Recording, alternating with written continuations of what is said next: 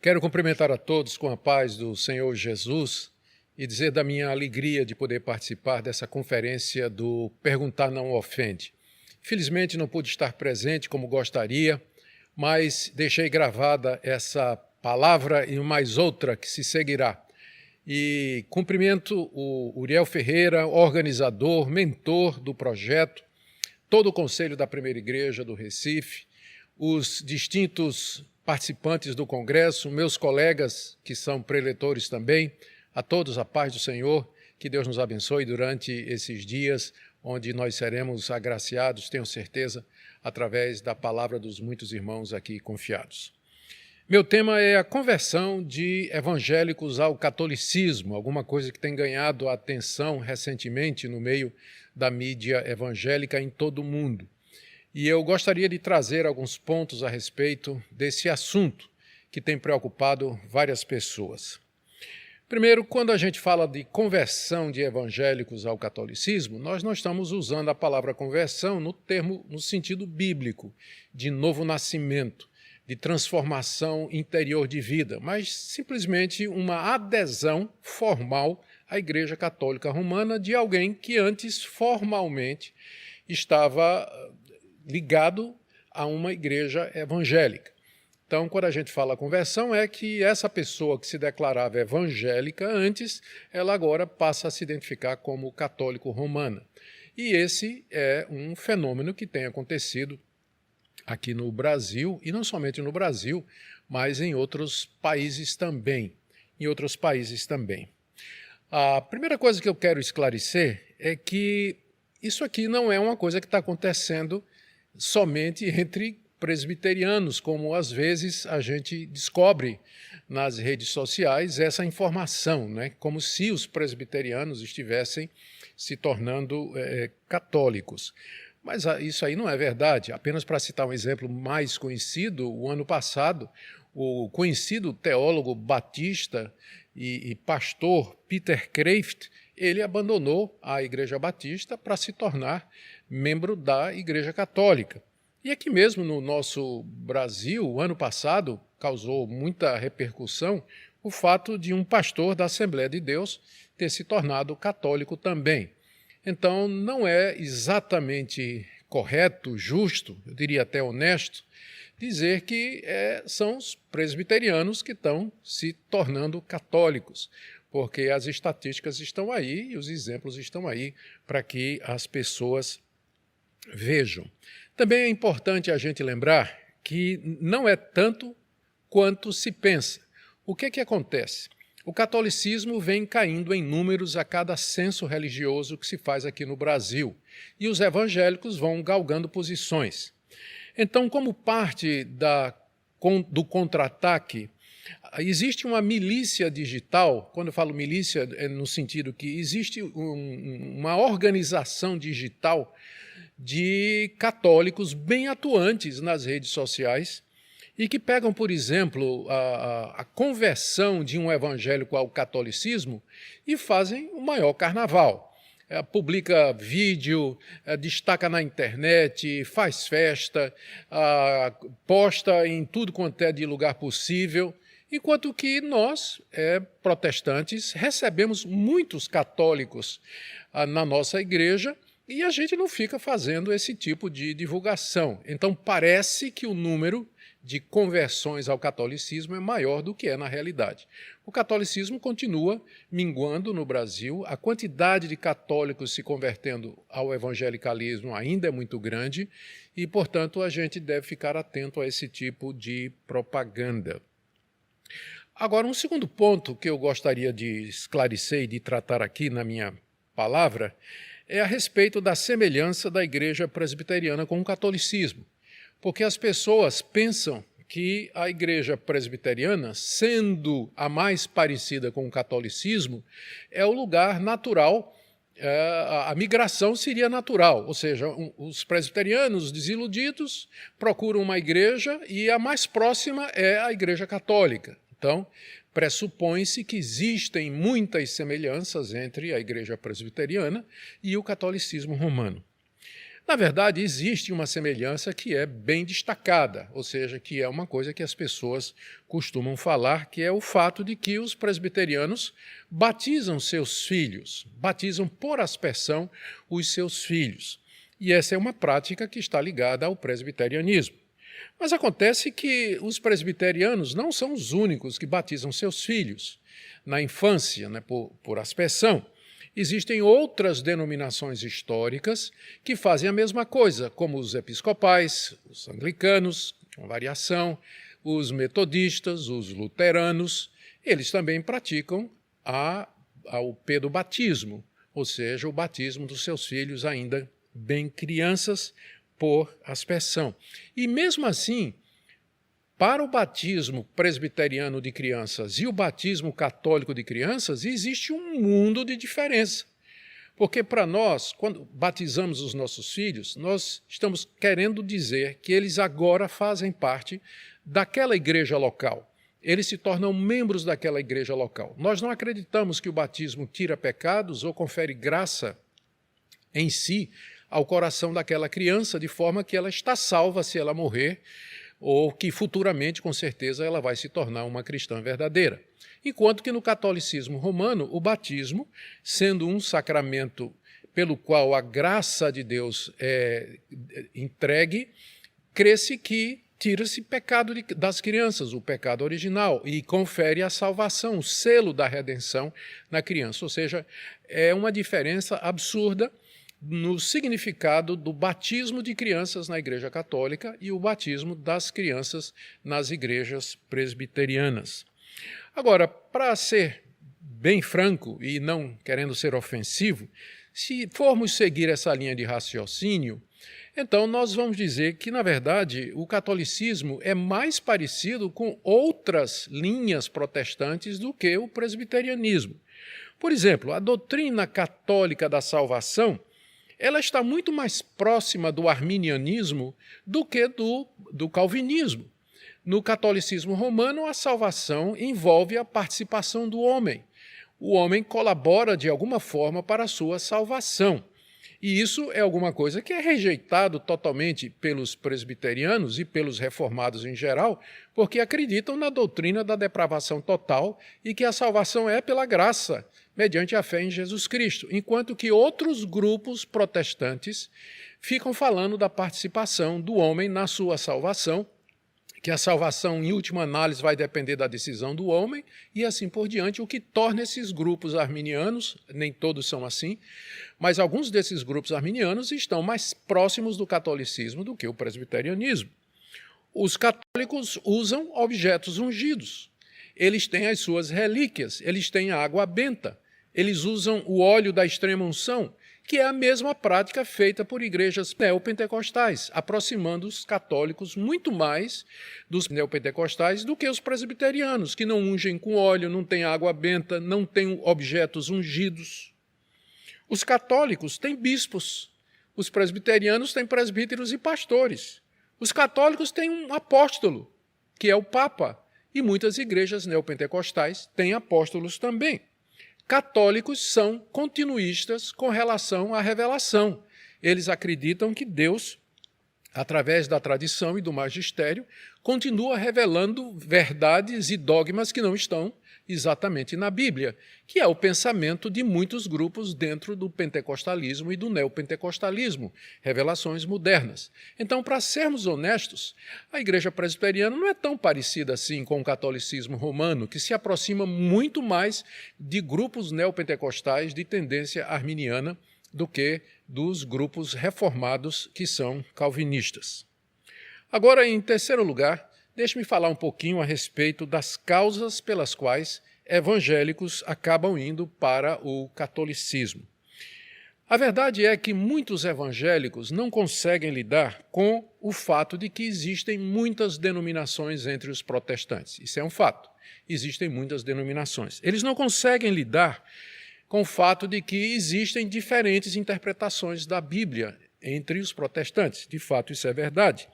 E então eles buscam segurança nas promessas de unidade, universalidade e autoridade interpretativa da Igreja Católica Romana, que oferece inclusive um Papa infalível e se apresenta como sendo uma igreja unida e a mais antiga de todas. Muitos evangélicos ficam fascinados por esse discurso ao olhar a fragmentação dos protestantes e a livre interpretação que é permitida que seja feita a cada membro da igreja, no sentido de que não é que cada um vai interpretar a Bíblia como quiser, mas cada um deve examinar a Bíblia e procurar por si mesmo a verdade. É claro que nessa propaganda católica existe aí, não é exatamente como a Igreja Católica diz. Por exemplo, as diferentes denominações são diferentes estruturas eclesiásticas, mas o que une os evangélicos é a mesma coisa. A fé em Cristo como único e suficiente Salvador, na Bíblia como sendo a única revelação de Deus, na salvação pela graça mediante a fé, na ressurreição dos mortos, no juízo eterno, na vinda do Senhor Jesus, isso todos os evangélicos creem. As diferenças são meramente de organização, forma de batismo, o tipo de liturgia, o tipo de culto, que é uma variedade que deve ser apreciada e entendida, em vez de ser olhada como sendo indicativo de que os protestantes estão errados. Porque a unidade que a Igreja Católica fala, ela é mantida pela estrutura eclesiástica, pela organização institucional da Igreja, encabeçada pelo magistério e dirigida por um Papa infalível. Essa é a unidade que ela tem. Enquanto que nós falamos de uma unidade de fé, uma unidade de doutrinas que, de fato, nos fazem a Igreja de Cristo. A Igreja de Cristo não pode ser confundida com uma organização eclesiástica. Muito bem, então muitos não conseguem lidar com a variedade e a diversidade que existe dentro do protestantismo, mesmo vendo a unidade de fé que existe, e eles então vão procurar segurança no seio da Igreja Católica.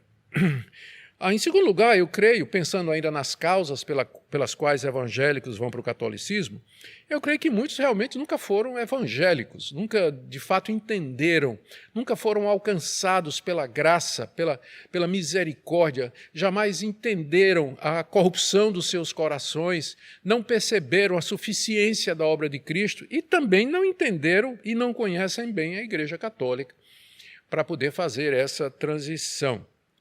Além do mais, em terceiro lugar, apostasia sempre houve. Sempre houve aqueles que, num primeiro momento, abraçaram a fé em Jesus Cristo, ficaram durante algum tempo na comunidade cristã e depois simplesmente abandonaram, como era o caso dos hebreus, a quem foi escrita uma carta, autor anônimo, mas com autoridade apostólica, com o propósito de impedir que eles voltassem para o judaísmo depois de terem abraçado o cristianismo como sendo a verdadeira fé no Messias. O autor da carta aos Hebreus adverte sobre apostasia, dizendo para eles que se eles voltassem depois de terem tido conhecimento da verdade, já não haveria mais expectativa de salvação. Um católico me disse no Twitter que quando um evangélico começa a estudar história da igreja, ele se torna católico. E a minha resposta é que se ele começasse a estudar a Bíblia, ele se tornaria reformado. O desejo de pertencer à história, a Igreja Católica se apresenta como a igreja cristã que tem 2000 anos de idade, e ela vê isso como sendo um indicativo de que é a verdadeira igreja. Para nós reformados, não. Nós somos muito mais antigos do que isso. Nós somos os descendentes espirituais de Abraão, Isaque e Jacó. O nosso pai na fé é Abraão. Nós somos muito mais antigos do que a estrutura imperial da Igreja Romana, que começa no século IV, depois de Constantino. A nossa fé remonta ao tempo dos patriarcas, dos juízes, dos salmistas, dos profetas que nos falaram a respeito do Messias. Então, essa conversa de antiguidade, ela é somente para aqueles que ignoram boa teologia bíblica e o sentido da Escritura. Em quarto lugar, já caminhando aqui para o fim da minha primeira palavra, eu quero falar rapidamente sobre as diferenças entre catolicismo e reformados em 5 pontos. Catolicismo acredita na Escritura, que a Bíblia é a palavra de Deus. mas acredita que a palavra de Deus vem antes da Escritura, está na Escritura e se segue a partir da Escritura, que é a tradição. E o magistério é quem interpreta a Escritura à luz da tradição, produzindo dogmas, produzindo bulas papais e produzindo declarações e criando documentos de fé. É por isso que você vai encontrar tantas doutrinas na Igreja Católica que não têm fundamento na Bíblia, porque para eles não é somente a Bíblia, é a Bíblia de acordo com a tradição interpretada pelo magistério encabeçado pelo Papa infalível. Segundo ponto, para a Igreja Católica, Cristo é o Salvador. Mas para você chegar a Cristo, você tem que chegar através de Maria. Você tem que crer ou receber o dogma da comediação de Maria, de que ela auxilia pecadores a receberem a graça que o Filho dá. Ela funciona como espécie de medianeira. E, recentemente, dogmas a respeito da Assunção de Maria e do seu nascimento virginal foram colocados pelos papas como sendo obrigatório para todo católico acreditar. Então, não é somente Cristo, mas Cristo e Maria. Em alguns lugares, a Igreja Católica é muito mais mariana do que cristocêntrica. Os católicos falam que a salvação é pela fé, mas os homens têm que praticar obras, eles têm que contribuir com suas obras, com sua obediência, sua ida à igreja, participação nos sacramentos, para que aquela fé seja de fato uma fé salvadora. Os católicos falam de graça, a graça, o favor de Deus. Mas eles dizem que a graça vem através da natureza. Essa relação entre natureza e graça, que é originária com o pensamento de Tomás de Aquino, diz que Deus concede a sua graça através da natureza ou de coisas sólidas, que pertencem ao mundo sólido. Por isso, a água benta do batismo, por isso o pão que se transforma no corpo de Cristo e o cálice que se transforma no vinho, por isso o óleo da extrema unção. Então, a graça, ela não é dada diretamente ao pecador, mas ela é dada através de objetos, através da natureza. E aí vem os sacramentos. A graça é conferida através dos 7 sacramentos da Igreja Católica, entre eles os mais conhecidos: batismo, confirmação, ordens, o casamento, a extrema-unção e a confissão a um padre para obtenção de pecados. Os sacramentos da Igreja Católica são canais naturais pelos quais a graça de Deus é ministrada e o pecador recebe a salvação. E, por fim, eles falam que a glória deve ser dada a Deus. Mas como a igreja é a extensão de Deus nesse mundo, a extensão de Cristo nesse mundo, toda a glória é para a igreja também.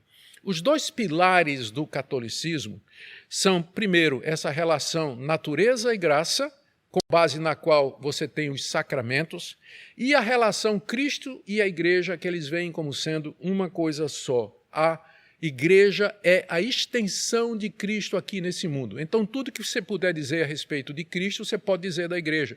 Cristo salva, a igreja salva também. Cristo é divino, a igreja é divina também. Cristo é santo, a igreja é santa também. Então, é esse o pensamento católico, muito abreviadamente, é claro, tentei resumir rapidamente, para contrastar com os famosos 5 pontos da Reforma Protestante. Primeiro ponto, somente a Escritura. É só na Bíblia que nós vamos encontrar a revelação de Deus e somente ela é a fonte de autoridade para tudo aquilo que nós praticamos e que nós cremos. Não a tradição, não o magistério, não novas revelações, não um Papa infalível, mas liberdade para leitura e investigação sob a orientação do Espírito Santo. Quem me garante que a Bíblia é a palavra de Deus não é a igreja, mas é o próprio Espírito Santo falando na Escritura e assegurando isso em nosso coração. O segundo ponto de diferença é que, na Reforma, somente Cristo salva. Ele não precisa da ajuda de Maria, não precisa da ajuda dos santos e muito menos da igreja. A salvação é mediante a obra completa, redentora, eficaz, final, efetiva do Senhor Jesus Cristo na cruz do Calvário, que já foi feita de uma vez por todas e não se repete na missa, conforme as palavras do ministrante. Em terceiro lugar, na Reforma, somente a fé somente a fé, não por obras, não por participação humana. E até mesmo a fé é um dom de Deus. É Deus quem concede a graça de estendermos a mão vazia para receber graciosamente a redenção plena que nos é dada mediante o Senhor e Salvador Jesus Cristo. Em quarto lugar, somente a graça. E essa graça nos é ministrada pelo Espírito Santo através das Escrituras, não através de sacramentos, não através de mediação humana, não através da igreja, mas através da palavra de Deus que nos é trazida e que nos é explicada pelo Espírito Santo de Deus. E glória somente a Deus, não à igreja e a ninguém. Então, a Igreja Católica é um sistema, é uma religião completamente diferente da religião reformada. São duas religiões incompatíveis, por assim dizer. Não existe possibilidade de harmonização do catolicismo romano com a reforma protestante. A grande diferença está nessa palavra somente. Somente a Escritura. A Igreja Católica acredita na Escritura, mas não acredita em somente a Escritura. Somente Cristo, a Igreja Católica acredita em Cristo, mas não acredita que somente Ele pode salvar. Somente a fé, a Igreja Católica acredita que a salvação é pela fé, mas não somente pela fé. Somente a graça, também fala-se de graça, mas é uma graça que tem que ser mediada pelos sacramentos. E glória somente a Deus. Eu termino aqui com algumas recomendações para os evangélicos. Primeiro, conheça melhor a Igreja Católica.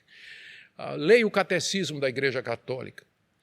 Leia as declarações que são feitas. Não vá pelo que você vê na internet, mas vá nas fontes originais. Leia os documentos. Leia os documentos do Vaticano II, se você quiser, Concílio Vaticano II, que é o mais recente, se você quiser ter uma ideia melhor do que é que o catolicismo realmente acredita, para você ver a grande diferença abissal que existe da reforma protestante. Mas mais importante, conheça bem os fundamentos da sua fé. Por que nós dizemos esses solas? Somente sola Escritura, solus Christus, sola fide, sola gratia e soli Deo gloria. Por que nós insistimos nessas coisas? E você vai entender por que é que nós nos consideramos como sendo os verdadeiros herdeiros do povo de Deus desde o Antigo Testamento.